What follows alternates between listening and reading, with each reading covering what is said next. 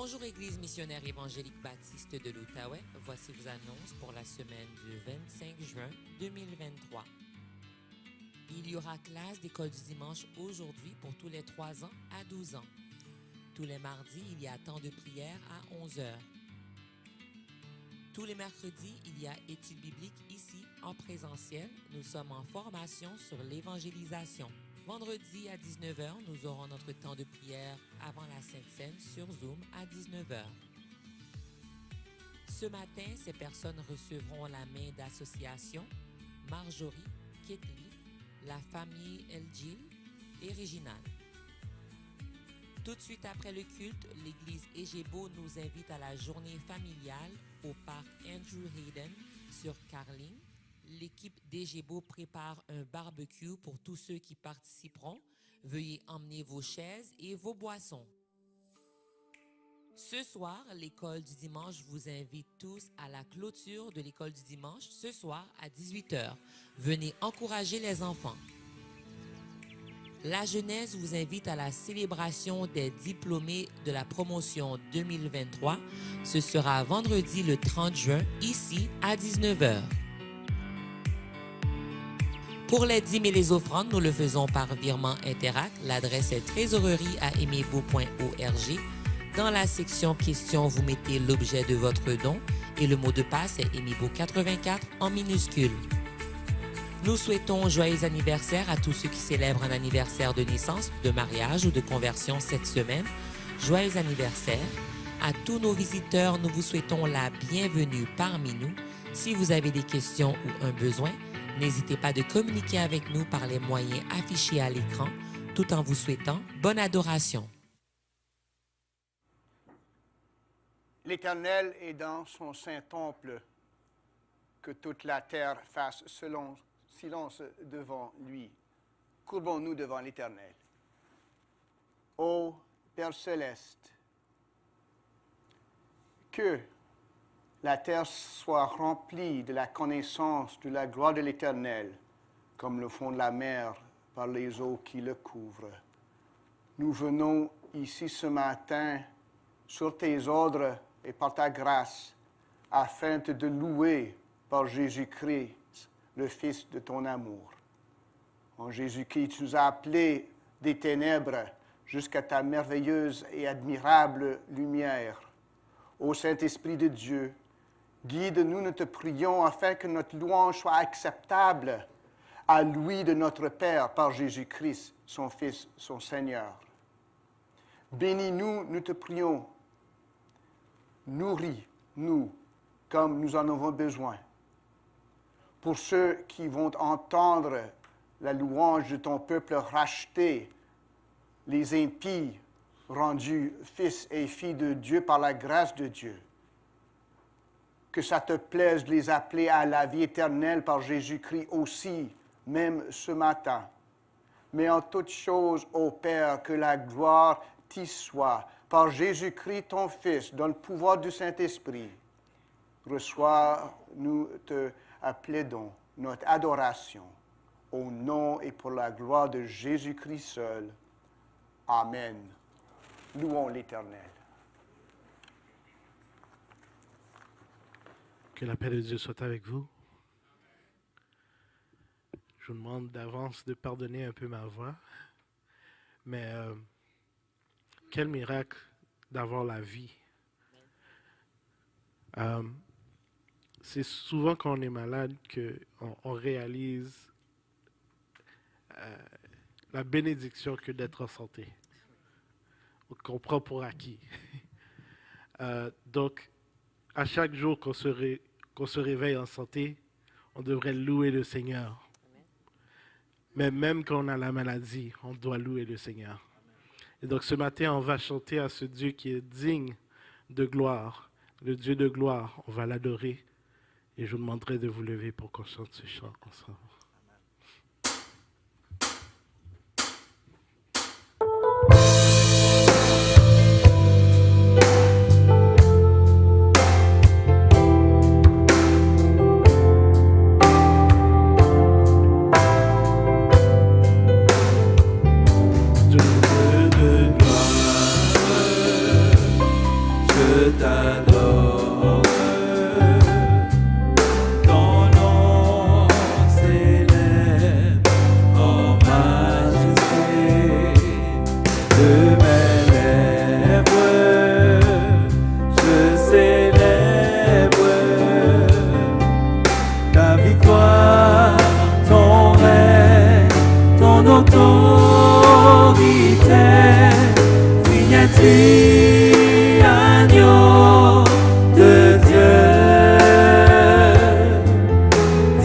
Viens-tu, agneau de Dieu? Tous les anges ensemble acclament la puissance de ton nom. Viens-tu, agneau de Dieu? Viens-tu, agneau de Dieu? L'univers entier proclame la beauté de ton saint nom. Dieu de gloire, je t'adore. Ton nom s'élève en majesté, de belles lèvres, je célèbre ta victoire, ton règne, ton autorité.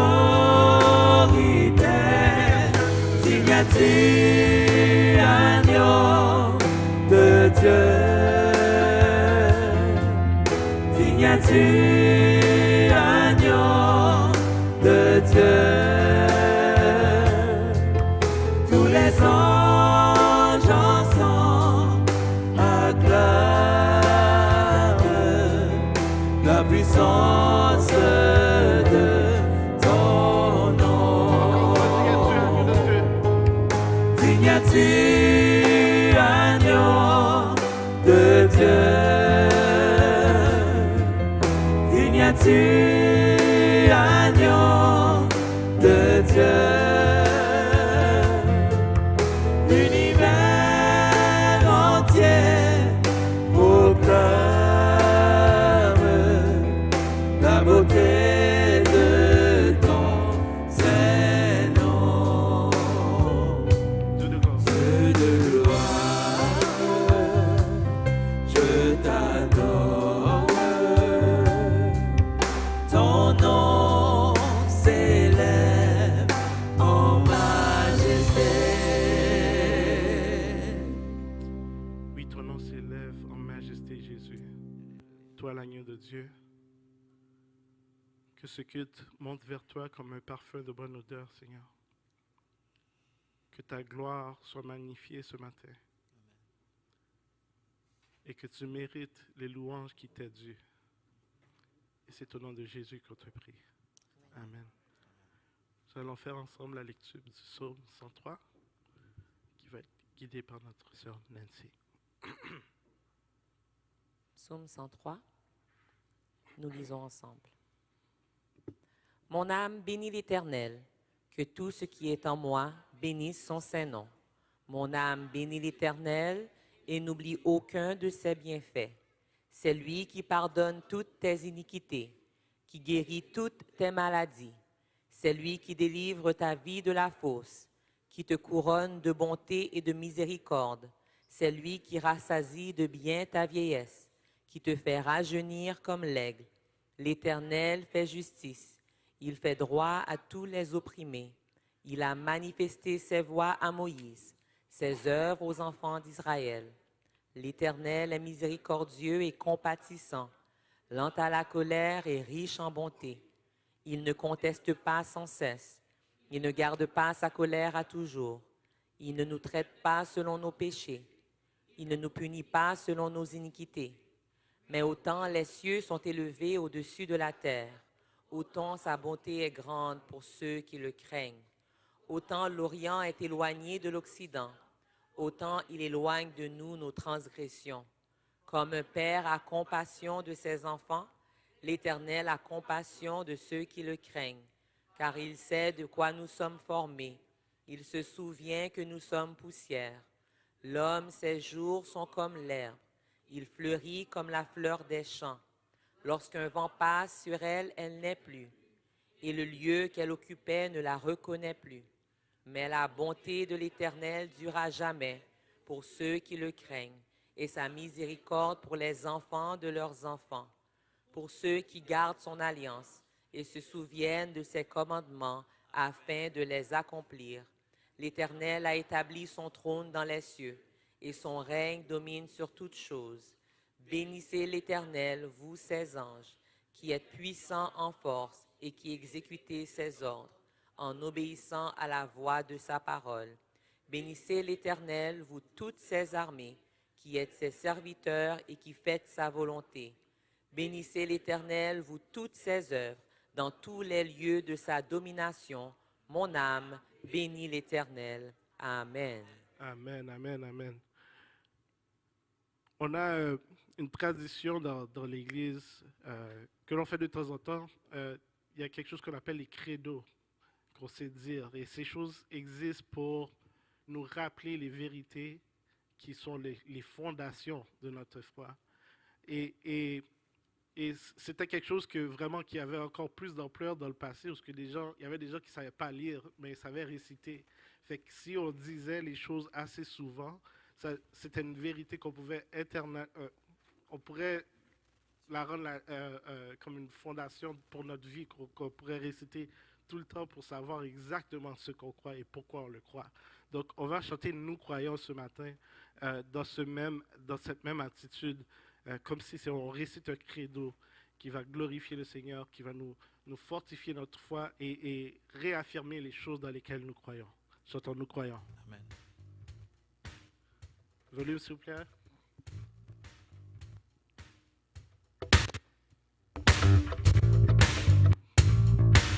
OK. On peut taper des mains?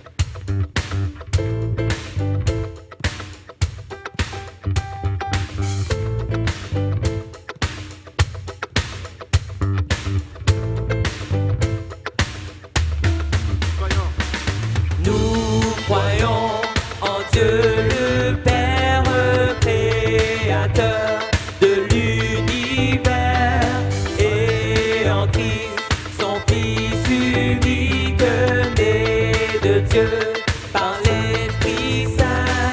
Nous croyons qu'il est mort pour nous crucifier pour nos péchés et qu'il est auprès du Père car Dieu l'a ressuscité. Jésus, Jésus, roi des rois, roi des rois, Jésus, roi des rois, roi des rois, Jésus, roi des rois, roi des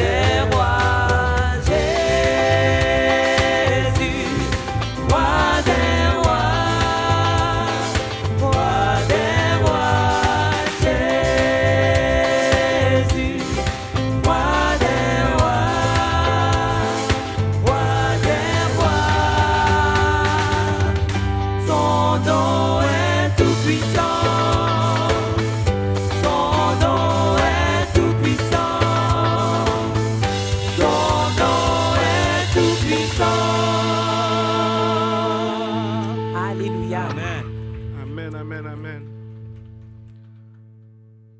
Tout genou fléchira devant lui. Amen. Même ceux qui ne croient pas.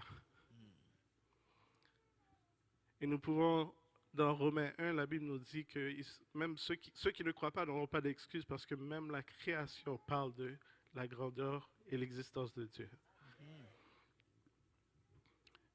Et c'est avec cette vérité qu'on va chanter « Les cieux proclament la gloire du ressuscité ».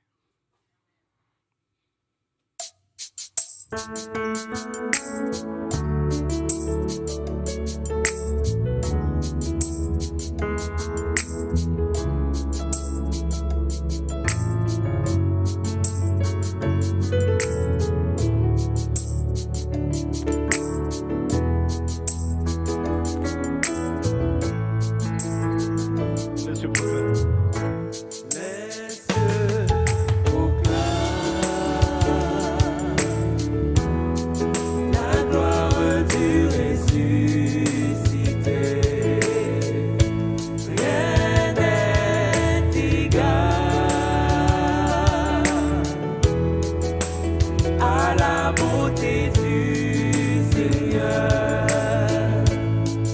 À jamais il sera l'agneau sur le trône. Je fléchis le genou pour l'adorer lui seul. Je veux chanter la gloire du ressuscité. L'agneau immolé nous a rachetés pour Dieu. À jamais tu seras l'agneau sur le trône. L'agneau sur le trône. Je fléchis le genou pour t'adorer toi seul. Les cieux proclament la gloire du ressuscité. Rien n'est égal à la bonté du Seigneur. À jamais il sera l'agneau sur le trône. L'agneau sur le trône. Je fléchis le genou pour t'adorer toi seul. À jamais tu seras l'agneau sur le trône.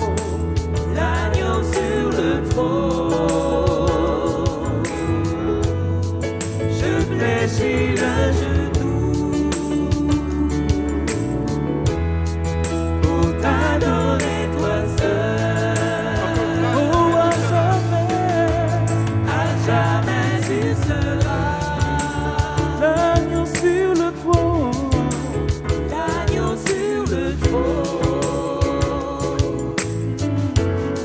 Je fléchis le genou pour t'adorer toi seul. T'adorer toi seul. À jamais tu seras l'agneau sur le trône. L'agneau sur le trône. Je fléchis le genou pour t'adorer toi seul. Chanter à jamais pour t'adorer toi seul. Pour t'adorer toi seul, Seigneur. Pour t'adorer toi seul. Pour t'adorer toi seul, Seigneur. Pour t'adorer toi seul.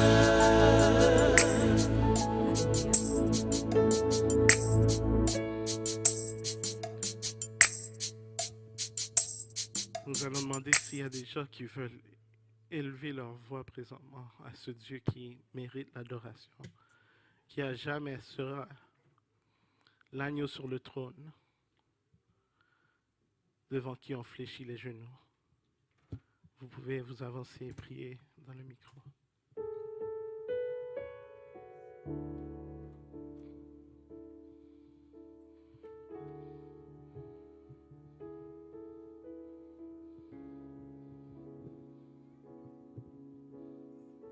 Ô Dieu notre Père, nous courbons bien bas devant ton trône de grâce et de miséricorde pour t'adorer parce que tu nous as fait la grâce de nous racheter par le sang précieux de ton Fils bien-aimé Jésus-Christ. Et tu as fait de nous tes enfants malgré notre indignité. Tu as fait de nous tes enfants. Tu nous gardes, tu marches avec nous. Tu nous donnes ton Esprit Saint pour nous guider, pour que nous puissions marcher en conformité à ta parole. Tu nous as donné ton Église pour pouvoir apprendre à grandir ensemble dans la connaissance, dans l'amour, dans la compassion. Seigneur, merci. Nous voulons te dire, nous voulons vraiment te dire, nous sommes reconnaissants et nous voulons le restant de nos jours rester à tes pieds pour t'adorer, toi seul, parce que tu le mérites.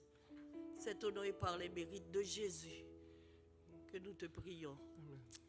Amen. À jamais tu seras l'agneau sur le trône. Reçois, Seigneur, notre adoration. Fais qu'elle monte vers toi comme un parfum de bonne odeur. Fais que, Seigneur, par notre comportement, nous puissions amener d'autres âmes vers toi. Que nous soyons vraiment, Seigneur, des instruments d'évangélisation. Que notre comportement, Seigneur, notre attitude, Seigneur, puisse laisser refléter le chrétien que nous sommes, Seigneur. Fais que nos comportements, Seigneur, puissent témoigner ta grandeur, ta magnificence, ton amour, Seigneur. Fais que vraiment nous puissions donner sens à la vie des autres. Enlève de nous, Seigneur, tout ce qui n'est pas digne de toi. Purifie-nous, lave-nous, Seigneur. Fais que nous soyons vraiment des chrétiens authentiques, des chrétiens dignes de ce nom. Nous te demandons tout ça, Seigneur, par notre nom, mais au nom du sacrifice de ton Fils, Jésus-Christ, lui qui vit et qui règne pour les siècles des siècles. Amen.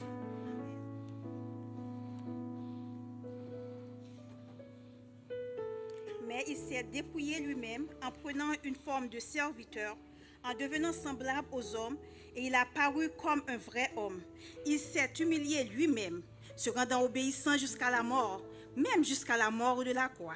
C'est pourquoi aussi Dieu l'a souverainement élevé et lui a donné le nom qui est au-dessus de tout nom, afin qu'au nom de Jésus, tout genou fléchisse dans les cieux, sur la terre et sous la terre, et que toute langue confesse que Jésus-Christ est Seigneur, à la gloire de Dieu le Père.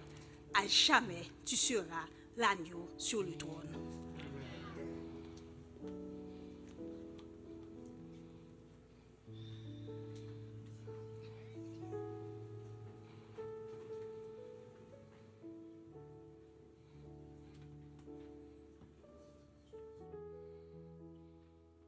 Même attitude de prière, notre Seigneur. Nous venons aussi devant toi te remercier, ô Dieu Trinitaire, Père, Fils et Saint-Esprit, pour ce libre accès à ta majesté bénie. Quand nous nous rappelons de notre passé et nous regardons notre présent et nous pensons à notre avenir, oui, nous levons les mains vers toi et nous te rendons toute action de grâce. Parce que nous savons que c'est toi qui as transformé notre passé en ce présent qui te glorifie et en cet avenir glorieux qui nous attend en ton Fils bien-aimé. Reçois, oui Seigneur, l'adoration de notre cœur en reconnaissance pour ce Dieu que tu es. Nous venons devant toi ce matin avec nos frères et sœurs en douleur, malades, pour les remettre à toi et appeler, Seigneur, ta bénédiction, appeler ton toucher, appeler ta visite, appeler, Seigneur, ton soutien dans leur vie. Tu les connais, tu vois, Seigneur, ce par quoi il ou elle passe. Nous prions, ô Dieu, toi qui n'es pas indifférent à ce que nous vivons, nous prions, Seigneur, que tu visites pour apporter consolation, pour apporter un renouvellement dans le corps et pour apporter guérison, pour apporter délivrance. Fais-le, Seigneur, pour la gloire de ton Saint-Nom. Nous avons lu plus tôt ce matin que tu es ce Dieu qui est capable de guérir toute maladie. Il n'y a pas une maladie, Seigneur, sur laquelle tu n'as pas de contrôle. Alors nous comptons sur toi. Nous comptons, Seigneur, sur un toucher béni, sur une direction de ta part ou sur un médecin, Seigneur, que tu vas utiliser pour faire tes œuvres merveilleuses dans notre vie. Ce matin, nous te remercions pour ce que tu as déjà fait, pour des malades pour lesquels nous avons prié et que tu as touché. Et nous comptons sur toi pour que tu fasses des miracles dans la vie de nos sœurs, nos personnes âgées. Nous remettons entre tes mains notre sœur Danielle, notre sœur Esther, notre sœur Séraphine qui souffre, Seigneur, qui a besoin que tu la touches, tu la visites. Notre sœur, nos sœurs, Seigneur, qui attendent, notre sœur Angelina, qui a besoin, Seigneur, que tu le touches. Notre frère Prou, Seigneur, visite-les et apporte grâce, et apporte un soutien et renouvellement dans le corps. Fais-le pour la gloire de ton Saint-Nom. Nous te remettons nos personnes endeuillées ce matin. Seigneur, tu connais notre sœur Francesca, toute sa famille affectée par le deuil de sa cousine. Nous prions, Seigneur, que tu apportes ta consolation pour renouveler, Seigneur, la paix dans leur cœur. Comment ne pas te prier, Seigneur, pour les jeunes, Jonathan et Emmanuela, Seigneur, qui doivent continuer cette vie, Seigneur, en étant orphelins de leur mère. Nous prions que tu sois ce Père, Seigneur, pour eux qui jouent à la fois et le rôle de la mère et le rôle du Père, parce que c'est ce que tu es pour nous. Seigneur, réponds à leurs besoins. Envoie, Seigneur, le soutien dont ils ont besoin et fais grâce. Fais provision pour eux. Fais provision pour toutes les familles, Seigneur, qui pleurent ce départ, Seigneur, tellement hâtif. Mais nous savons que nous n'avons pas de contrôle. Toi, tu as le contrôle sur toutes choses et nous te les remettons. Fais-le, Père, pour la gloire de ton Saint-Nom. Nous te remettons nos jeunes. Nous te remettons nos enfants qui sont en congé scolaire, qui profitent de ces vacances. Nous prions, Seigneur, que tu les protèges pendant cette saison et que tu leur donnes, malgré cette période, Seigneur, de continuer à t'adorer, de continuer à grandir dans ta connaissance et qu'ils nous reviennent, Seigneur, en bonne santé, qu'ils passent cette saison estivale en comptant sur ta grâce et que tu les préserves de toute maladie, de tout virus, de tout accident et de tout malheur. Fais-le, Père, pour la gloire de ton Saint-Nom. Reçois l'offrande de notre cœur alors que nous te prions et te demandons toutes ces choses dans le nom de Jésus. Amen. Amen. Amen. Ce matin, c'est aussi une bonne occasion pour nous comme Église d'accueillir quelques frères, quelques sœurs qui deviendront des nouveaux membres de notre Église. Et c'est toujours une joie de le faire, comme nous éprouvons souvent un peu de peine de voir nos frères et sœurs nous quitter. Nous avons autant de joie à les accueillir et nous accueillerons en plusieurs aujourd'hui. Mais juste avant de les demander de venir en avant, j'aimerais aussi inviter l'Église à garder l'Église Égébo dans la prière. Le Seigneur a répondu à leur prière pour trouver un nouvel édifice pour adorer comme peuple, mais ils ont des défis en termes pour que le Seigneur pourvoie à tous les besoins, particulièrement les besoins financiers, de manière à concrétiser les choses. Alors, le but particulier pour lequel nous prions pour l'église de Gébo, c'est que Dieu rende les cœurs généreux. C'est aussi précis que Dieu rende les cœurs généreux de manière à ce que les montants qui restent à recueillir, qu'ils puissent les avoir et finalement avoir cet édifice pour la gloire de Dieu, et que Dieu rende aussi nos cœurs généreux parce que dans la générosité, il nous faut aussi être généreux envers eux, donc que Dieu le fasse autant. Je vais inviter nos frères et sœurs à venir en avant, tous ceux qui doivent recevoir la main d'association ce matin, à venir en avant. Les jeunes peuvent encore attendre avant d'aller dans leur classe.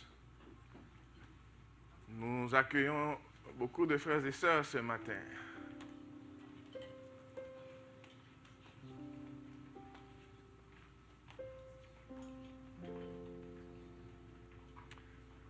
N'ayez pas peur de moi, j'ai pas... Il n'y a pas de COVID de toute façon. J'allais dire que je n'ai pas de COVID, mais il semble qu'il y en a de moins en moins. Alors, je vais vous les présenter. Et une chose que je vais vous inviter à faire avec nos frères et sœurs lorsqu'on les présente, surtout si vous n'avez pas eu le temps de les connaître, c'est après l'église de prendre un peu de temps de connaître non seulement leur nom, mais un peu de savoir qu'est-ce qu'ils font dans la vie et de devenir plus que des frères et sœurs en Christ, mais des amis. Je n'aurai pas l'occasion de vous présenter, mais l'histoire de la famille Igil me fait beaucoup penser et prier. Notre frère est médecin de formation. Il est venu en vacances ici et d'ici, il est tombé malade. Et lui, médecin qui normalement traite les gens, maintenant se fait traiter. Et Dieu merci, ils ont l'occasion de rester dans le pays et puis de continuer la vie ici. Mais c'est de voir comment Dieu change les choses et Dieu est en contrôle de tout ce qu'il fait. Nous remercions le Seigneur pour ce qu'il fait dans sa vie. Il est en train de recevoir les traitements appropriés et nous avons besoin de garder notre frère Déli en prière. Donc je commence avec notre frère Réginald. Esaïe fait partie de la famille Igil.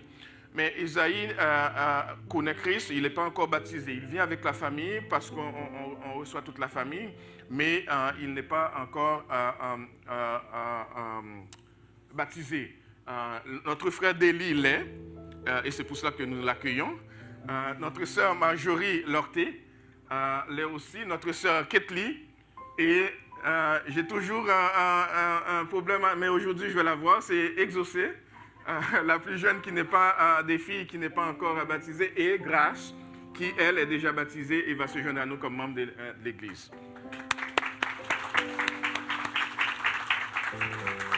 J'avais un peu de stress de ne pas me rappeler tous les noms, mais ça a fonctionné. Ce matin, notre sœur Odette, qui est la mère des enfants et l'épouse de notre frère Déli, devait travailler. Elle ne peut pas être avec nous. Dans la prochaine occasion, on va l'accueillir comme membre parmi nous. Alors, le statut de membre va être accordé à toutes ces personnes dont j'ai mentionné à titre, pas expérience, non pas baptême, parce que vous savez, il y a 3 façons de recevoir le statut de membre à notre Église. Nous l'avons déjà mentionné plusieurs fois par le baptême. Donc, une fois qu'on suit la classe de baptême, on devient membre automatiquement. Ou par transfert avec une lettre d'une autre église.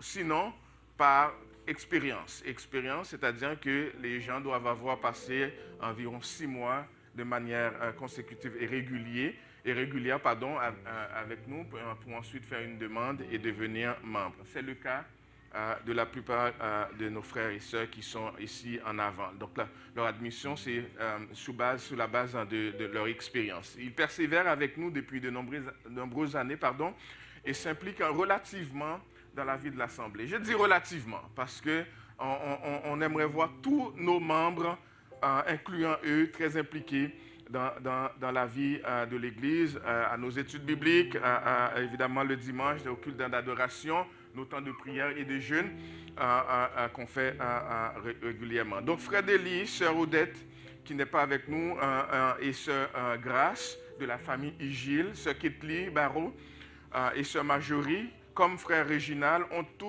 toutes et tous connu, reconnu et reçu Jésus-Christ comme leur Sauveur et Seigneur et ont déjà été baptisés par immersion. Ils ont librement choisi de devenir membres de notre Église.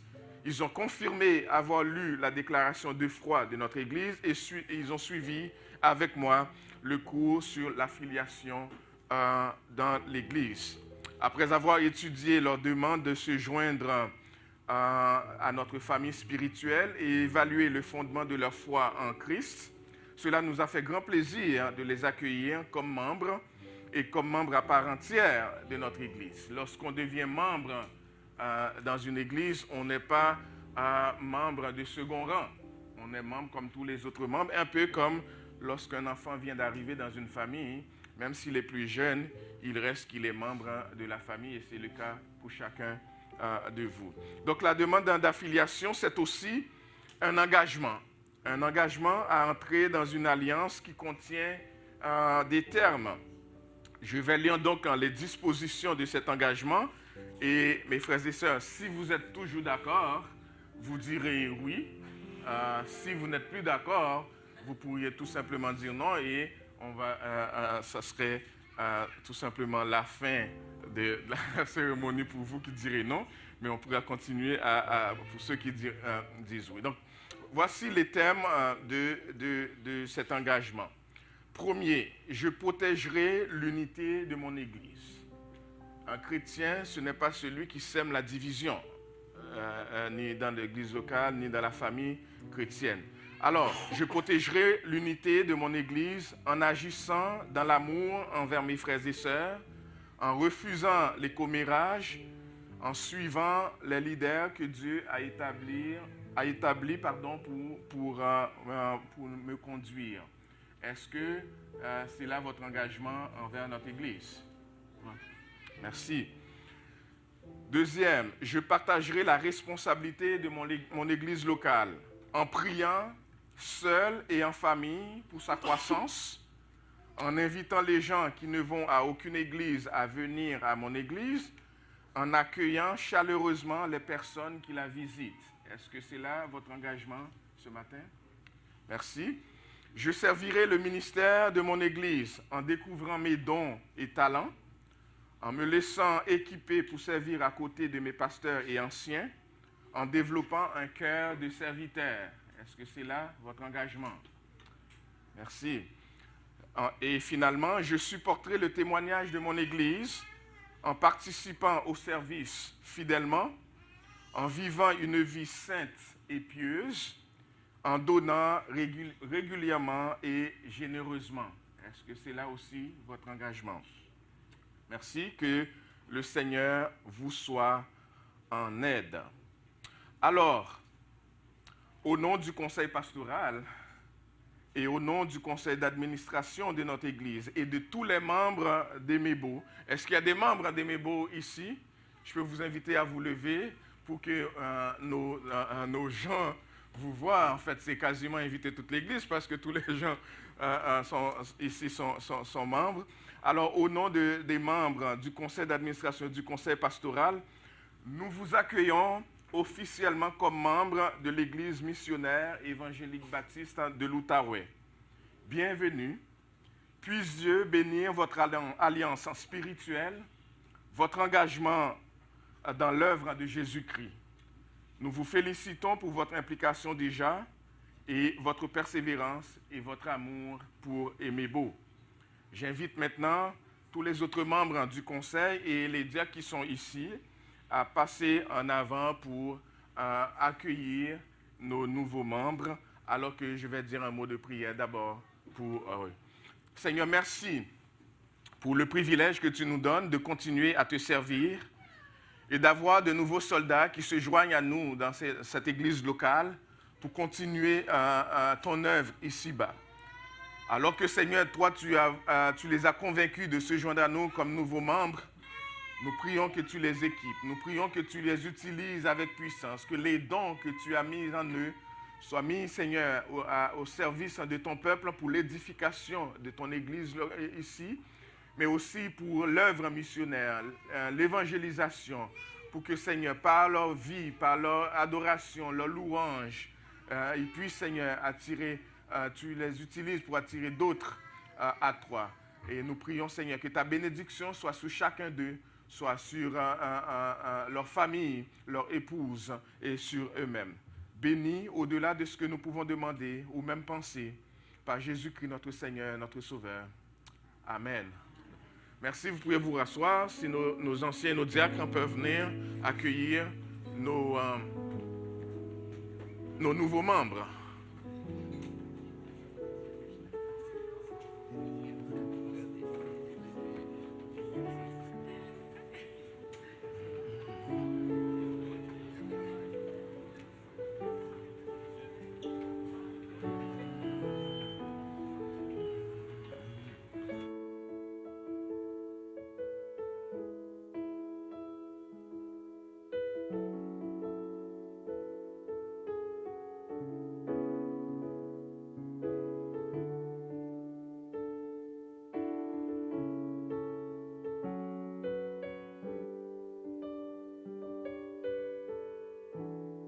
Accueillir, de reprendre place. Merci.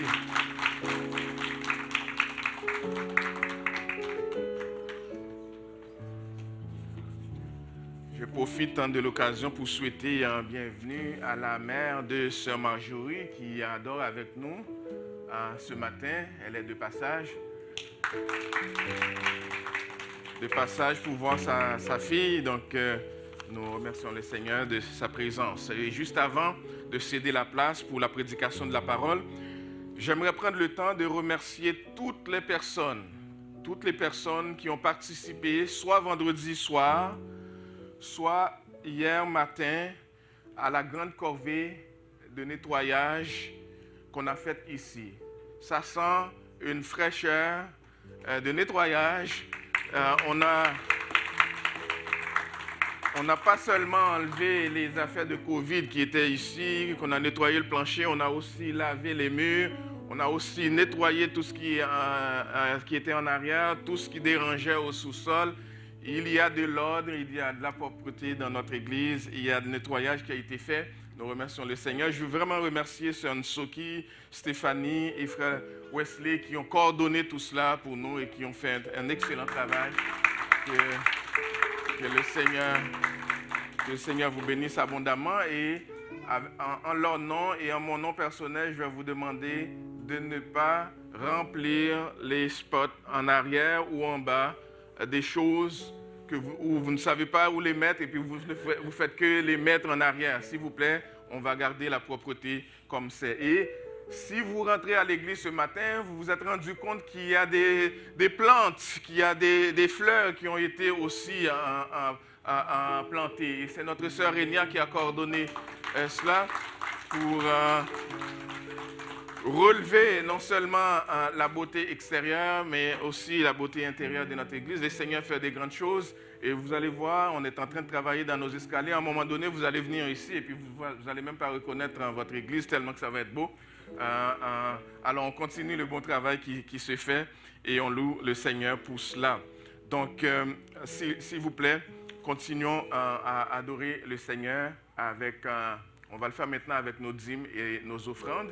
Et juste après cela, nos enfants pourront monter pour leur classe d'école du dimanche.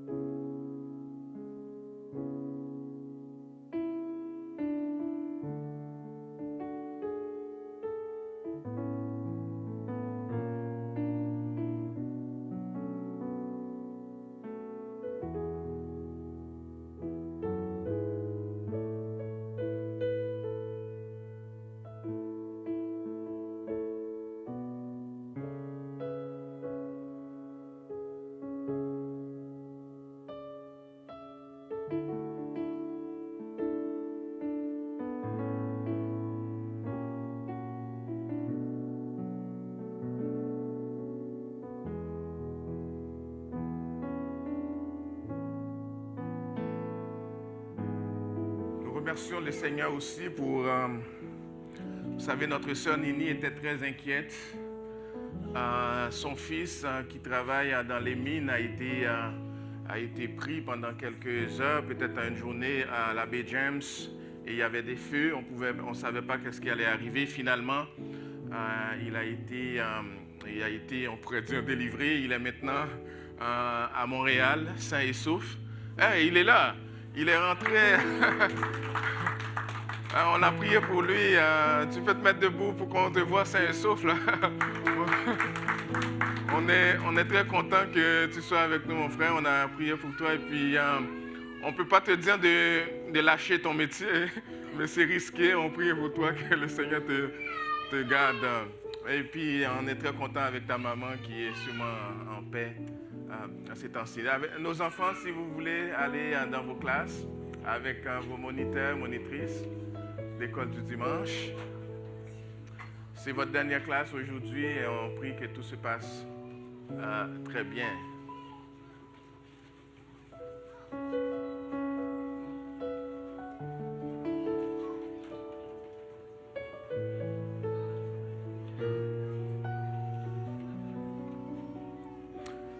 Et disposons maintenant nos cœurs à écouter le message de la parole de Dieu.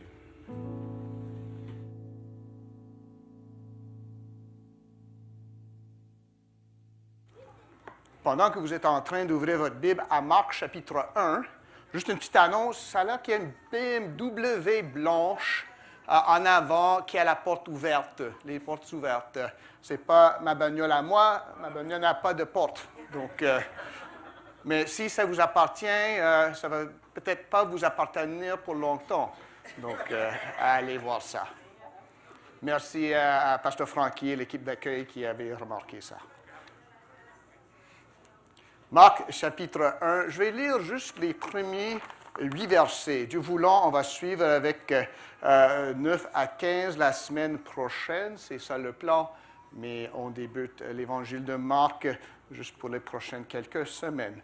Écoutons la parole de Dieu. Commencement de l'évangile de Jésus-Christ, Fils de Dieu. Selon ce qui est écrit dans Isaïe le prophète. Voici, j'envoie devant toi mon messager qui préparera ton chemin. C'est la voix de celui qui crie dans le désert. Préparez le chemin du Seigneur, aplanissez ses sentiers. Jean parut baptisant dans le désert et prêchant le baptême de repentance par la rémission des péchés.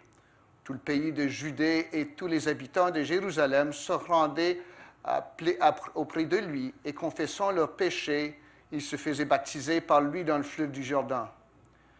Jean avait un vêtement de poil de chameau et une ceinture de cuir autour des reins. Il se nourrissait de sauterelles et de miel sauvage. Il prêchait, disant, « Il vient après moi, celui qui est plus puissant que moi, et je ne suis pas digne de délier en me baissant la courroie de ses souliers. Moi, je vous ai baptisé d'eau. Lui, il vous baptisera du Saint-Esprit. » Parole du Seigneur. Hier, c'était la Saint-Jean, ou l'appelle maintenant Fête nationale du Québec. Je ne sais pas ce qu'ils font les autres francophones du Québec. Il faut qu'ils se conforment au programme, ça a l'air. Moi, j'ai d'abord connu la Saint-Jean quand j'étais étudiant en échange. Je me suis rendu à Québec, puis la Saint-Jean, pour moi, tout le monde buvait. Lorsque je suis venu à connaître le Seigneur, j'ai vu, bon, OK, ça traite de Jean qui n'est pas un saint, mais c'est un serviteur de Dieu, prophète, mais quand même. Donc, anciennement, c'était une fête dévotionnelle, si je comprends bien, de l'Église catholique qui s'identifiait à la francophonie, puis ainsi de suite. Mais maintenant, c'est une fête plus ou moins nationaliste, si je comprends bien. Jusqu'au point que... il y a quelques années, on faisait de l'évangélisation dans une fête à Aylmer par année pour la Société Saint-Jean-Baptiste, puis il nous interdit de parler l'anglais. Donc, je ne sais pas, Saint-Jean qui prêchait l'Évangile, je ne sais pas ce qu'on dirait qu'il y a certains groupes linguistiques qui ne pourraient pas en bénéficier, mais j'en passe. Mais le vrai Saint-Jean, le vrai Jean, si on veut, on va examiner son ministère et celui dont il portait témoignage, Jésus-Christ, ce matin. Il était un messager, serviteur envoyé de Dieu. Il s'efforçait, faisait des sacrifices pour annoncer l'Évangile.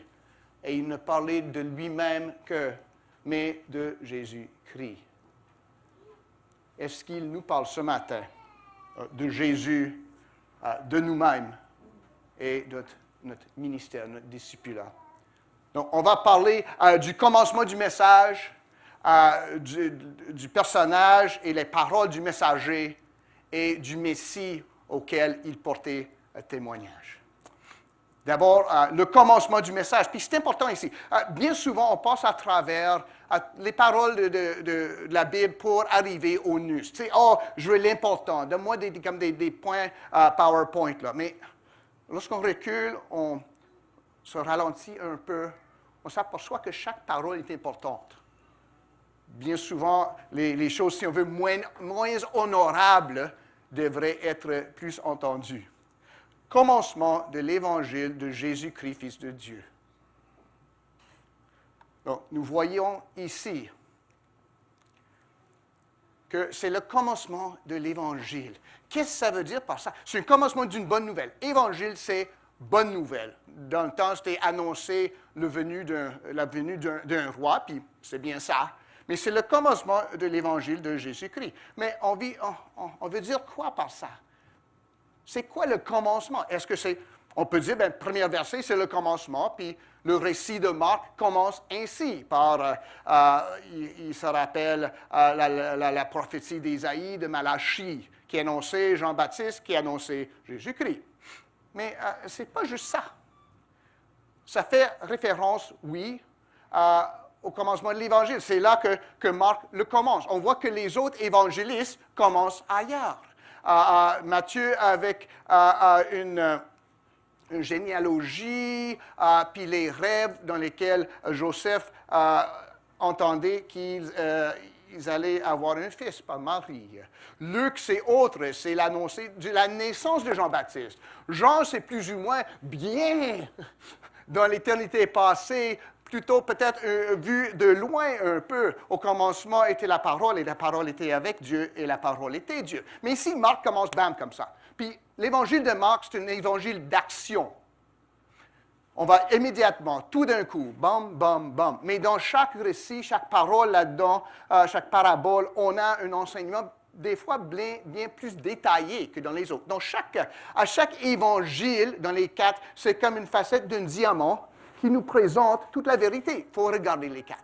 Marc, il dit commencement de l'évangile de Jésus-Christ. Donc, c'est le commencement ici. Ça commence au verset 1. C'est pas compliqué, mes amis. Mais ça l'est. Est-ce que ça fait référence au livre? Oui, c'est ça le commencement. Je commence à annoncer la bonne nouvelle de Jésus-Christ, l'arrivée du roi, l'arrivée du Sauveur. Oui, mais ce n'est pas tout ça. Il parle aussi du ministère de Jean-Baptiste. Le commencement de l'Évangile, d'après le récit de Marc, c'est l'envoi de Jean-Baptiste qui aplanit les sentiers, selon la prophétie. Mais ce n'est pas juste ça. Parce que il dit commencement de l'Évangile de Jésus-Christ, Fils de Dieu, selon ce qui est écrit dans Ésaïe le prophète. Autrement dit, le commencement de l'Évangile ne commence pas juste avec la naissance, l'incarnation de Dieu en Jésus-Christ. Ça commence bien avant ça. Ça commence avec la prophétie, les promesses de Dieu à travers les prophètes de l'Ancien Testament. Autrement dit, l'Ancien Testament, puis on ne se lasse pas de parler de ça, d'insister là-dessus, parle de Jésus-Christ. Il n'y a pas un évangile pour les Juifs, puis on a ça pour les chrétiens. Non, c'est toute et la parole de Dieu qui est centrée sur l'issue, le centre qui est Jésus-Christ. Puis Marc nous dit, le commencement de l'Évangile, en effet, si on veut, c'était dans la prophétie de Malachie et d'Ésaïe, qui tombe sur la parapluie un peu d'Ésaïe. Mais même avant ça, lorsqu'on y pense, c'est en Genèse chapitre 3, là où nos parents se sont portés rebelles contre Dieu, et Dieu a fait la promesse qu'il allait écraser la tête de Satan. Ça, c'est, si on veut, le commencement de l'Évangile. Mais l'Évangile commençait même avant ça, dans la pensée de Dieu, même avant la création. Il savait qu'il allait envoyer son Fils unique mourir pour ses élus. nous qui aurions bronché, qui serions devenus rebelles.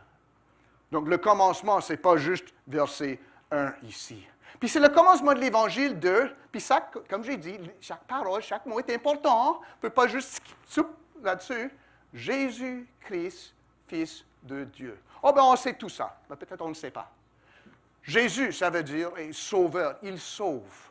Donc, c'est un sauveur qui va venir, pas juste un enseignant, quelqu'un qui va nous donner un bon exemple, comment vivre pour satisfaire à Dieu. Non, c'est Jésus qui est venu sauver son peuple. On trouve ça dans Matthieu, plus importantement, mais c'est Jésus. Mais c'est Jésus-Christ. Mais Christ, ça veut dire quoi? Ce n'est pas son dernier nom. Ce n'est pas comme Bélier, mais juste plus facile à dire. C'est pas ça du tout. Ce n'est pas comme son nom, puis Jésus, c'est son prénom. On traite comme ça, mais Christ, c'est plutôt son titre. Christ, ça veut dire celui qui est oint. Messie, dans l'Ancien Testament, Christ, en grec, oint.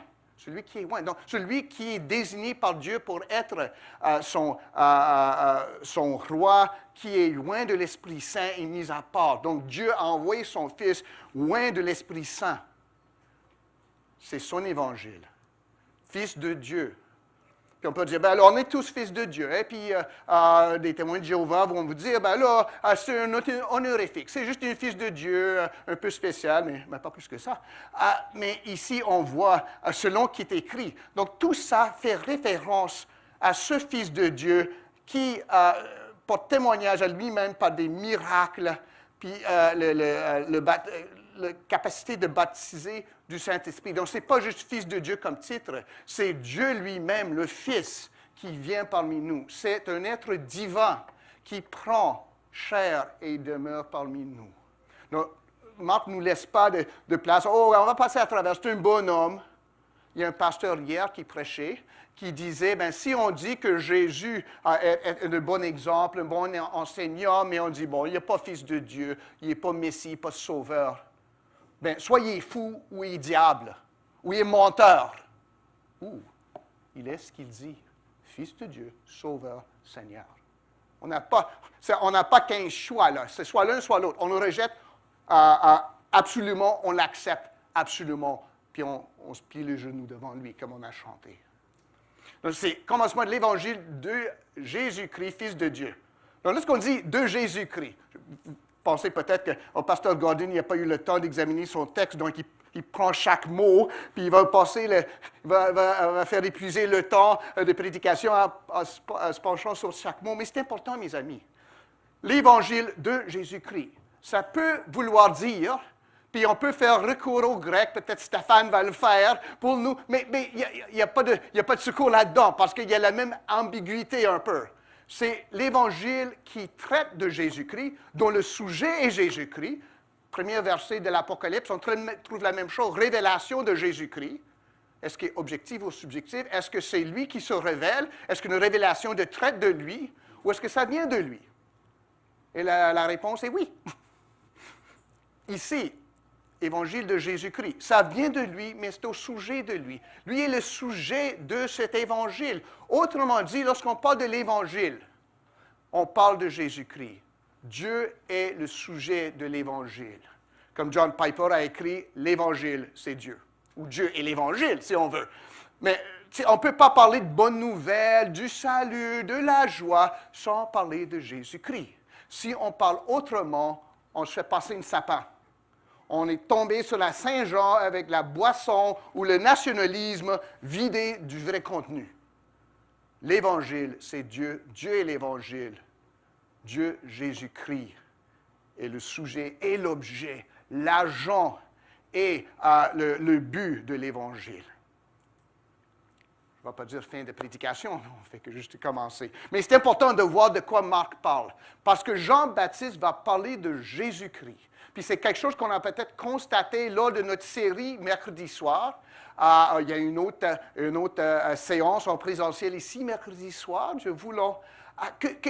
On parle de Jésus-Christ. On ne parle pas de religion, d'habitude, des choses qu'on devrait faire pour être du bon monde, mais de Jésus-Christ lui-même. Puis ça va tout changer. Donc l'Évangile ici, c'est comme on effaçait tout, Puis on commence, feuille vierge, Jésus-Christ. Puis après ça, on va voir qu'est-ce qui en découle. Puis c'est ça, Marc commence ici. Le commencement de l'évangile de Jésus-Christ est Jésus-Christ. Mais c'est selon ce qui est écrit. Puis on a 2 prophéties ici. Puis si vous avez, des fois c'est utile, si vous avez une Bible avec des petites citations là-dedans, ça nous amène, surtout les petites Bibles comme ça, c'est juste les principales. Si vous avez une Bible d'études, ça va être plein de ça, puis peut-être des notes qui ont expliqué en dessous. Ça, c'est utile aussi. Mais un bon texte, c'est tout ce qu'il vous faut. Les autres, c'est utile. Hein? Mais on voit que ça fait référence à Malachie et à Ésaïe. 2 prophéties qui sont pas mal liées. Le premier, « Voici, j'envoie devant moi mon messager qui préparera ton chemin. » Ça, c'est Malachie 3, versets 1 à 2. « Voici, j'enverrai mon messager, il préparera le chemin devant moi, et soudain entrera dans son temple le Seigneur que vous cherchez, et le messager de l'alliance que vous désirez. Voici, il vient, dit l'Éternel des armées. Qui pourra soutenir le jour de sa venue? Qui restera debout quand il paraîtra? Car il sera comme le feu du fondeur, comme la potasse des foulons. » Autrement dit, oh, c'est beau, quelle beau histoire, l'Évangile, paix dans le monde. Non, on voit ici, on annonce le jugement. On annonce le retour du messager de l'Éternel, qui en effet, c'est Jésus-Christ, en fin de compte, le messager de l'Alliance qui rentre pour purifier et pour juger. La prophétie ici de Malachie, c'est une prophétie du jugement, si on veut, du retour de Jésus-Christ. Puis ça remonte à quelque chose d'autre qui m'a vraiment frappé parmi les 7 bonnes raisons pour évangéliser qu'on a étudié mercredi soir. L'enfer, le jugement. Bien souvent, on veut partager la bonne partie. Mais ça, c'est excellent, mes amis. On ne prêche pas venir à l'Église, ne pas faire ça, puis vous allez être sauvés. Non, non, c'est Jésus qui nous sauve. Mais en même temps, il nous sauve de la colère à venir. Puis si on regarde la prédication de Jean, c'est visé plutôt sur le retour de Jésus-Christ que juste la première venue. Isaïe va nous aider avec ça. Mais la prédication de Jean, ce n'est pas que Jean est un downer. Hein? Je ne sais pas s'il y a un mot comme ça en français. Quelqu'un, on n'aime pas être autour de lui. Hein? Il n'est pas sympa, il est downer, là. Oh, déprimant, ce bonhomme-là. Non, il annonce la vérité. On tourne vers Dieu en Jésus-Christ à cause de la bonne nouvelle, mais en dépit, si on veut, de la colère qui est à venir. Puis, il faut annoncer les deux, mes amis. Il faut comprendre les deux. On n'a pas une moitié Christ. On a les deux. Jésus est sauveur parce qu'on a besoin d'être sauvé. Pas parce qu'il n'y avait rien à faire, il chômait, puis je vais sauver du monde. Il y a l'histoire d'un scout. Je ne sais pas si vous avez ça au Québec, des scouts, des Boy Scouts, là. Puis, en tout cas, il fallait qu'il fasse un bon tour à chaque jour. Hein? Puis là, il venait à un traversier, puis il y a une vieille femme qui était là, puis il dit « Oh, madame, je vais vous aider. » Je ne traverse pas. « Non, non, je vais vous aider. » Puis comment elle tirait dessus? « Non, je ne viens pas. Il tirait là-dessus. Il essaie d'aider quelqu'un qui n'avait pas besoin d'aide. Mais Jésus ne fait pas ça pour nous. On a besoin de l'aide.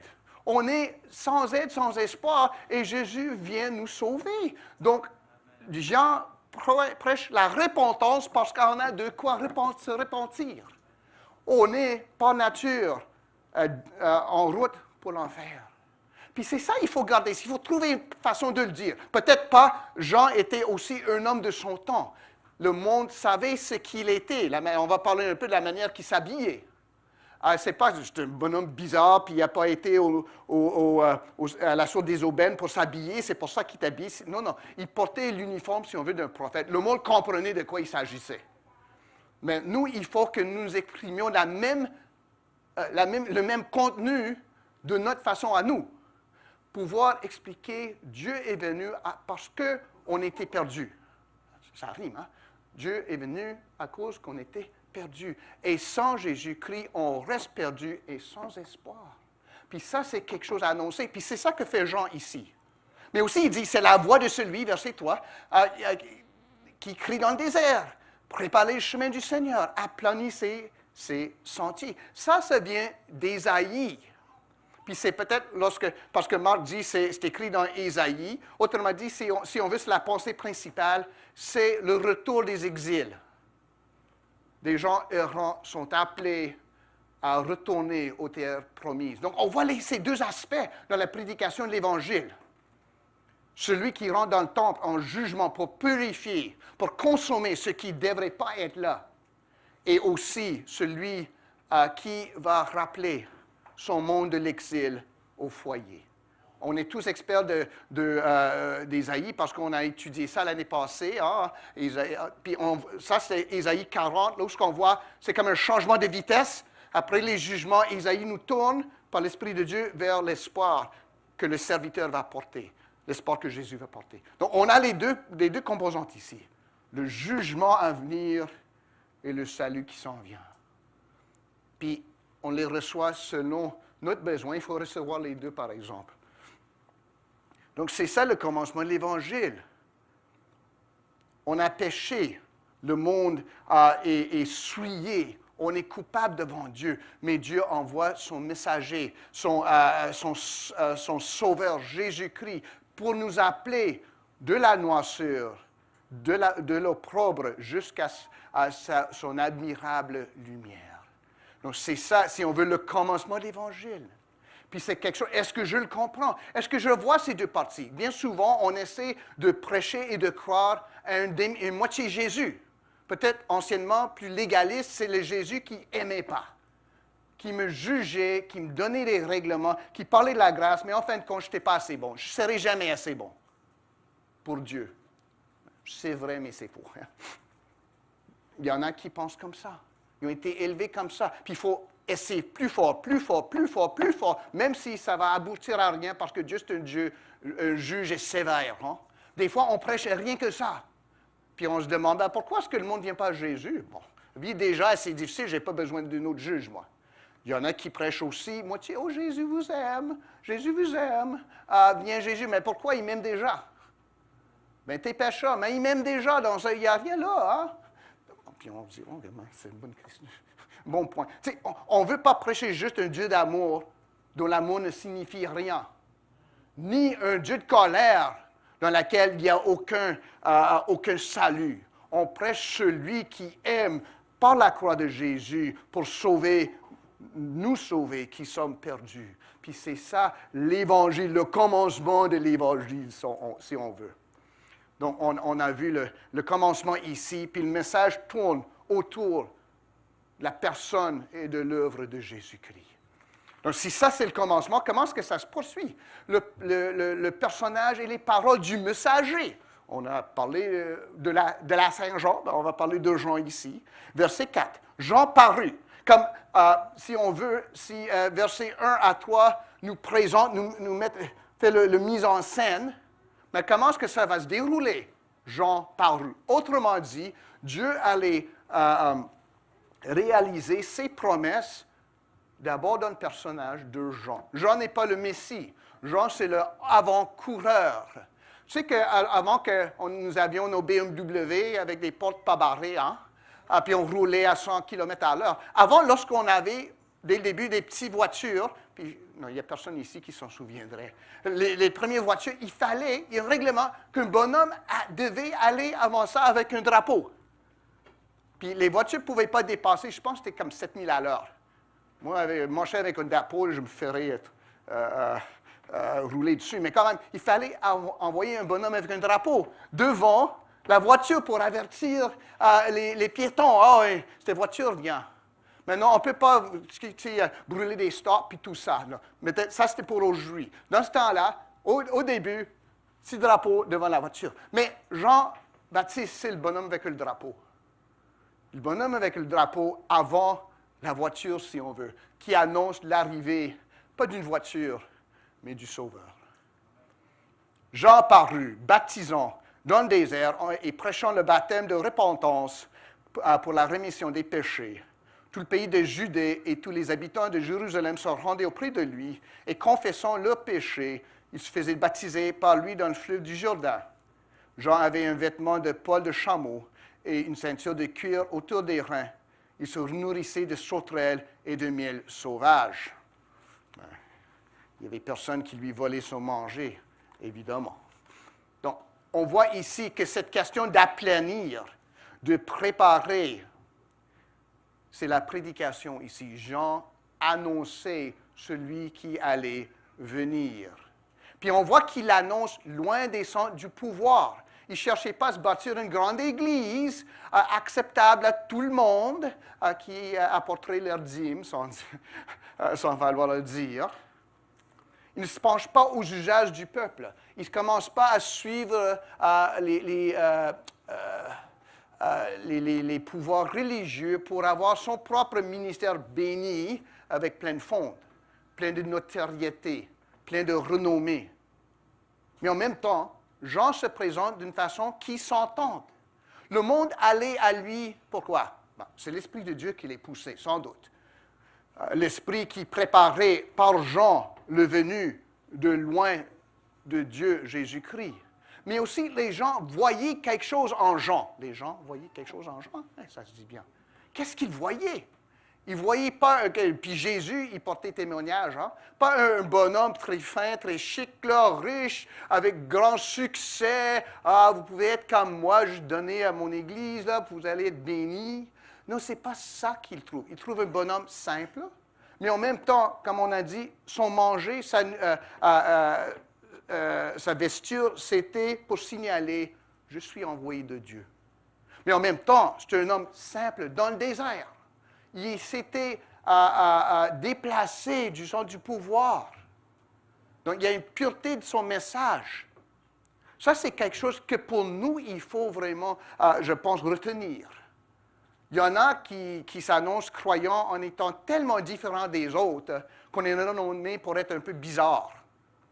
Il faut que notre conduite, notre amour pour Jésus-Christ, notre amour pour nos sœurs et nos frères et notre amour pour nos voisins, notre prochain, c'est ça qui semble bizarre. Parce que c'est vraiment bizarre, mes amis. Vous n'avez pas à passer longtemps avec du monde qui n'aime pas Jésus pour voir comment reste que c'est le vrai amour qui se donne, qui coûte. Il y a toujours un catch, il y a toujours une amertume, il y a toujours quelque chose qui cloche. Mais c'est à nous de nous présenter ainsi.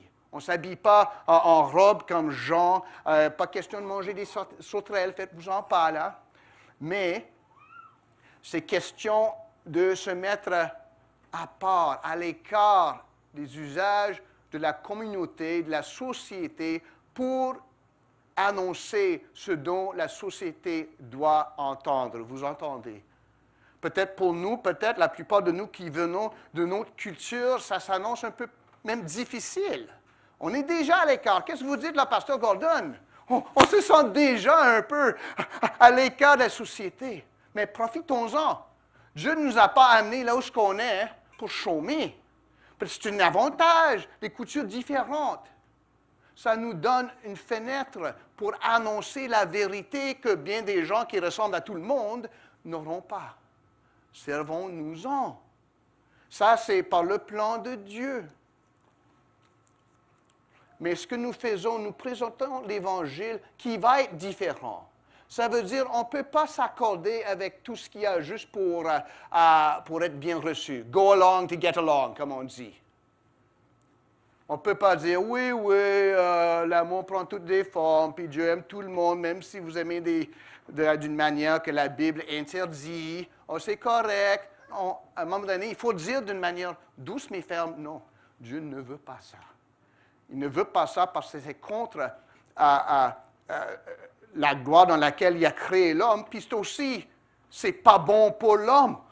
C'est deux raisons pour lesquelles. Donc, il faut être ferme là-dedans, mais pas juste commencer à être vraiment moche avec le monde, être difficile avec le monde.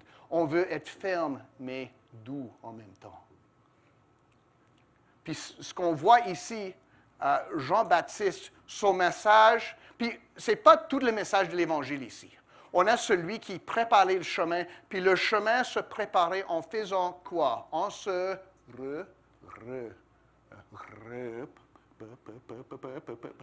repentissant. La repentance, si regarde les petites pancartes là, que j'ai trouvées, ça laisse une compagnie à Lévis qui fait ça. Je sais, au Québec, là, si je voulais faire gagner ma vie, là, je ferais des pancartes puis les petites affaires oranges, là, qu'on place dans les rues, là.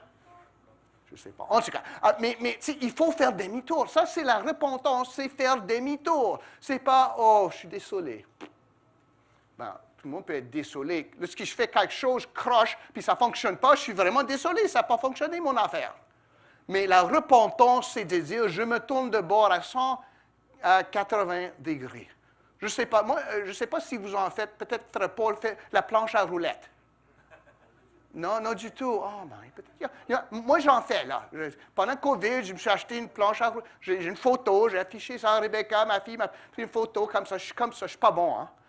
Mais quand même, lorsqu'on veut faire demi-tour, il faut faire comme tic-tac, comme ça. C'est vraiment, on se penche sur l'arrière pour lever un peu, mais pas trop. Si on lève trop, c'est whoop, lève un peu, puis comme ça.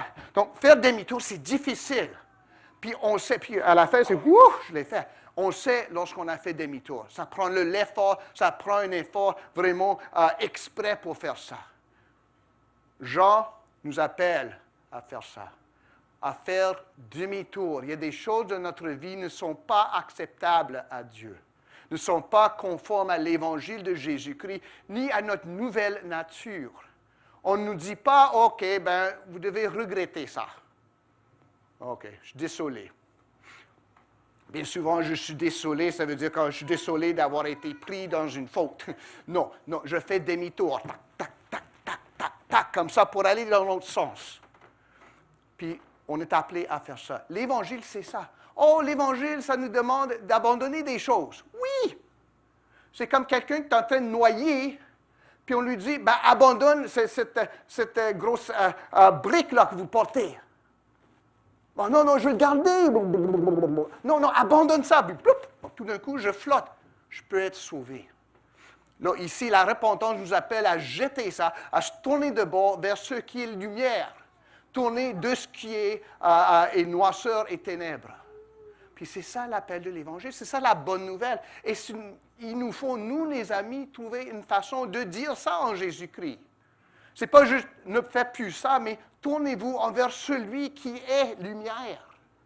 Donc on présente, on proclame les mauvaises choses qui sont en train de nous tuer, et corporellement, mais aussi tuer au niveau de l'âme. Puis on annonce celui qui guérit, qui est la lumière, qui est la vérité. Puis toutes ces choses-là se rejoignent en Jésus-Christ. Et tout le monde, on dit tout le monde, ici, tout le pays de Judée, tous les habitants de Jérusalem. On a l'idée que c'est vide, hein? Tout le monde est là avec Jean-Baptiste. C'est une façon de dire qu'il y avait beaucoup de monde. Hein? Ça ne veut pas dire que tous venaient là, puis tous se tournaient vers Dieu à la promesse que le Messie allait porter. Non, non, c'est juste qu'il y avait beaucoup de monde. Et il faut des fois être content d'être rejeté. On va annoncer le devoir de se repentir. Pas juste de « Oh, je suis triste que ça ne fonctionne pas, le monde va à l'enfer, ça va mal, je suis triste. » Tout le monde est triste, mes amis. Ça, ce n'est pas le salut. Mais dire « Je suis triste à mourir, je suis triste à changer, à répondre en obéissance à l'appel de Jésus-Christ. » Ça, c'est le salut. Et il faut qu'on annonce ça. La mauvaise nouvelle avec la bonne nouvelle. Malachie avec Ésaïe. La colère de Dieu qui s'en vient. La misère dans laquelle nous vivons actuellement à cause de notre rébellion. Et le salut qui est venu en Jésus-Christ. On annonce les deux, les amis. Puis ce n'est pas tout le monde qui va être sauvé. Il n'y a pas un moyen de... les mots, les paroles parfaites qui va tout convertir le monde. C'est l'Esprit de Dieu qui fait ça. Ce n'est pas moi, ce n'est pas toi. Mais on voit ici...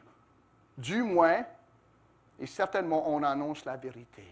Il faut se repentir, il faut se tourner vers Jésus-Christ. Et Jésus ne va jamais rejeter personne qui vient à lui. Parce que tous ceux qui vont venir à lui vont être en train de répondre à l'appel souverain de Dieu par l'Esprit Saint de venir pour le salut à Jésus-Christ. Donc, on voit ça, c'est le personnage, puis la parole du messager. Mais en fin de compte, dernière chose, Jean parle de quoi? Puis bien souvent, on passe beaucoup de temps à l'Église à parler d'autres choses que Jésus-Christ. même dans les prières évangéliques. Puis j'ai constaté ça il y a des décennies. Ça fait un peu de toche dans le ministère, là. Le monde, au nom de Jésus. Ça pourrait être une prière de quelqu'un qui est universaliste. Votre témoin Jéhovah, peut-être pas un musulman, mais puis on ajoute comme un traîneau à l'arrière, là, au nom de Jésus. Mais bien souvent, c'est ça qu'on fait à l'Église, mes amis. Mais on voit ici le commencement de l'Évangile de Jésus-Christ et Jésus-Christ. Pas le fin ou quelque chose qu'on ajoute pour que Dieu reste content avec nous, comme un vieux qui commence à se perdre un peu, là. Non, ça doit être le commencement, le centre et le fin. Et Jean-Baptiste ici, il prêchait, verset 7, disant, « Il vient après moi celui qui est plus puissant que moi, et je ne suis pas digne de délier en me baissant la courroie de ses souliers. » Voyons, ça nous donne aussi un lourd fardeau, puis ça nous enlève un fardeau, vous voyez. Un lourd fardeau, c'est OK, l'Évangile, c'est pas « suivez-moi ». C'est pas « OK, tu peux être un succès comme moi ». Non. Donc ça, c'est un grand fardeau de me renier à moi-même.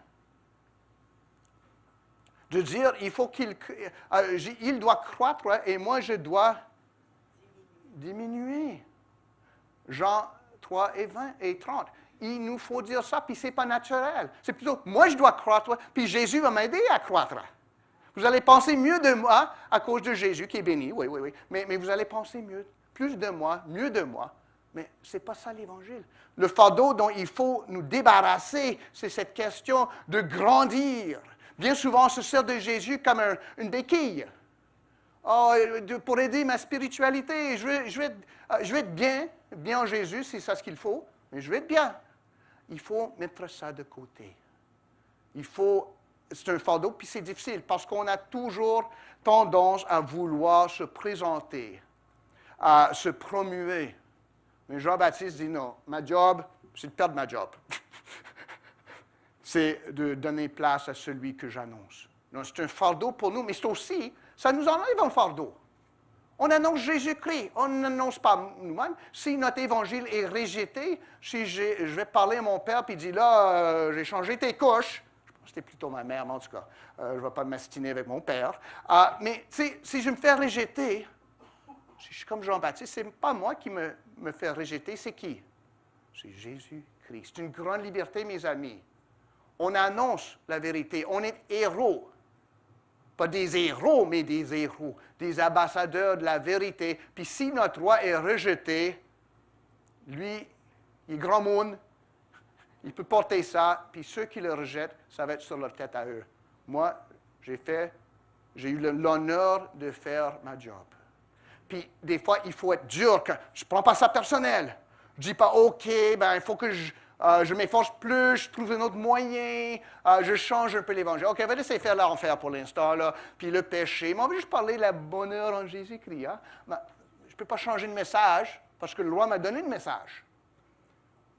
Il prêchait, disant, il vient après moi celui qui est plus puissant que moi, et je ne suis pas digne de délier en me baissant la courroie de ses souliers. On prêche aussi, pas nous-mêmes, mais Jésus-Christ est lui crucifié. Mais on prêche en même temps le fait que j'ai rencontré c'est Jésus. Je le connais, ça fait une des bonnes raisons, une des 7 bonnes raisons, je pense, qu'on a étudiées mercredi soir. Nancy le sait, elle prenait des notes. Hein. De dire, j'ai été avec Jésus. On parle de quelqu'un qu'on connaît, puis ça, c'est quelque chose peut-être un peu choquant. On dit, le monde n'aime pas Jésus. Ils ont leur religion. Oui, ils ont leur religion. Soit religion séculaire ou pas, mais ne connaissent pas Jésus. La grande différence de la foi, la seule foi, qui est la foi en Jésus-Christ, c'est qu'on connaît Dieu en Jésus-Christ.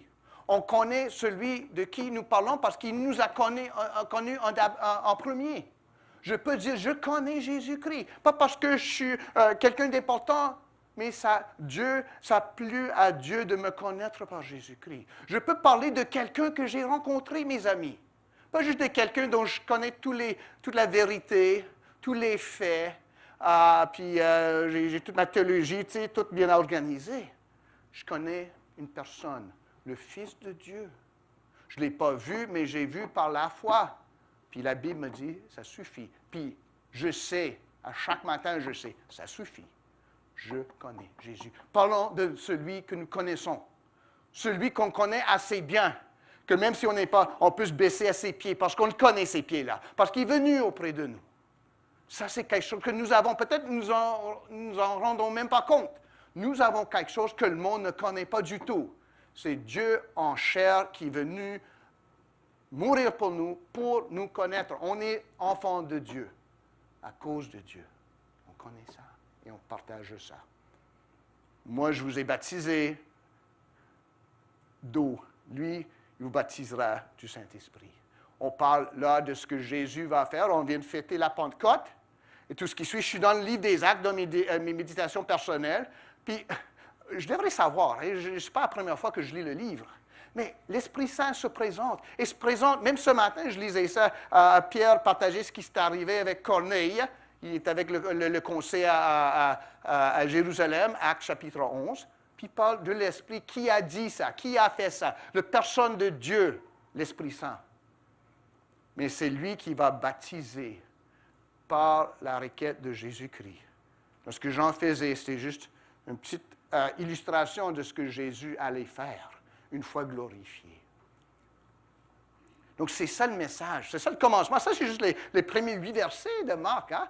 Je ne vous empêche pas de lire le reste de l'Évangile, c'est vraiment quelque chose. C'est court, c'est 16 chapitres, ça se lit vite, et c'est comme l'action. Hein? Ce n'est pas Fast and Furious, là, mais ça se lit bien.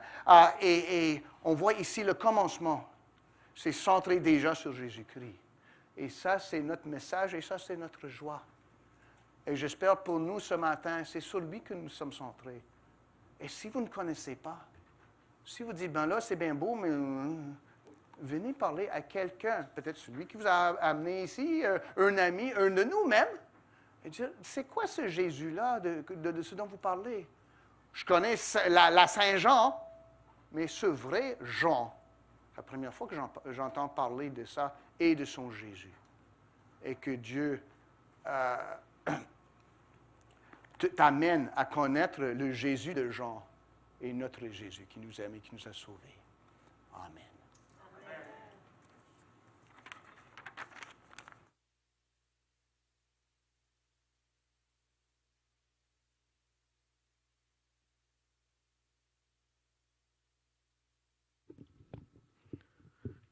Nous allons prendre le temps de chanter un dernier chant qui dit « Seigneur, par la clarté de ton amour, chasse l'obscurité qui nous entoure.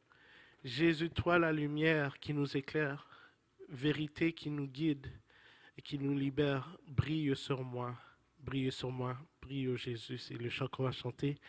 Et par rapport à la prédication de Pasteur Gordon, il y a une ligne en particulier qui dit « Que sans fin notre vie dise de ton histoire. » C'est vraiment la prière que j'ai pour vous, pour moi, pour chacun d'entre nous ici présents qui nous disons chrétiens, qui faisons confiance au Seigneur, qui ont mis notre confiance au Seigneur, que notre vie sans fin dise ton histoire. On va chanter ensemble, prie Jésus. Vous pouvez vous mettre debout.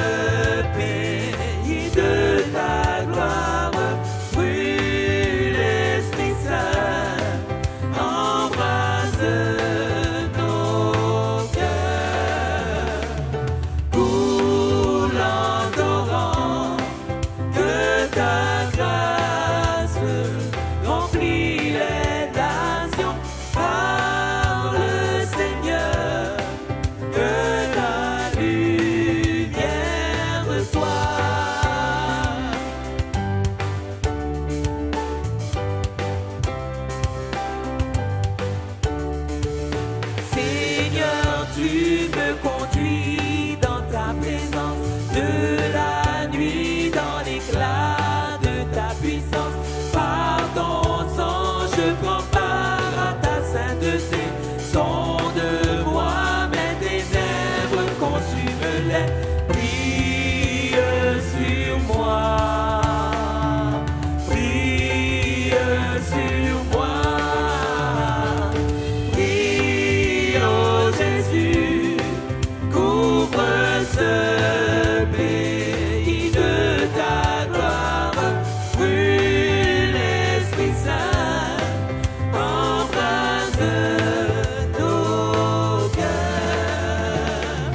Coule en torrent de ta grâce, remplis les nations par le Seigneur, que la lumière soit.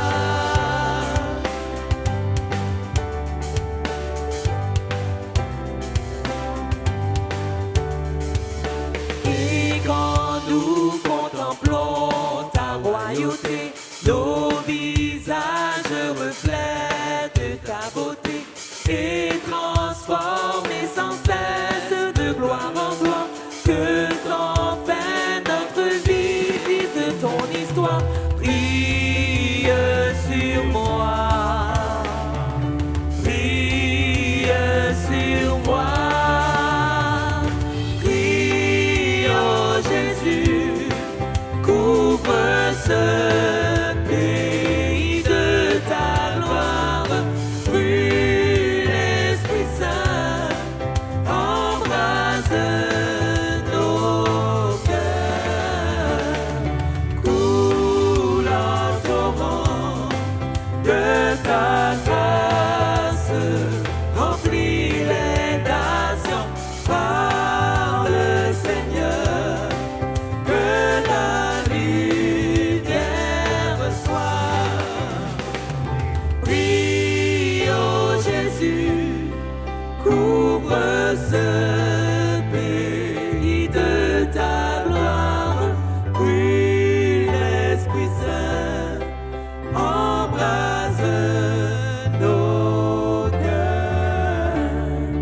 Coule en torrent de ta grâce, remplis les nations par le Seigneur, que la lumière soit.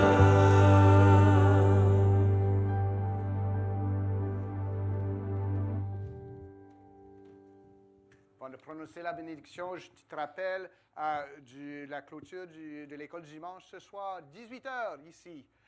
Tous les parents sont invités à se joindre à nous. Croissez dans la grâce et dans la connaissance de notre Seigneur et Sauveur Jésus-Christ. À lui soit la gloire maintenant et pour l'éternité. Allons servir notre Seigneur. Amen. Amen.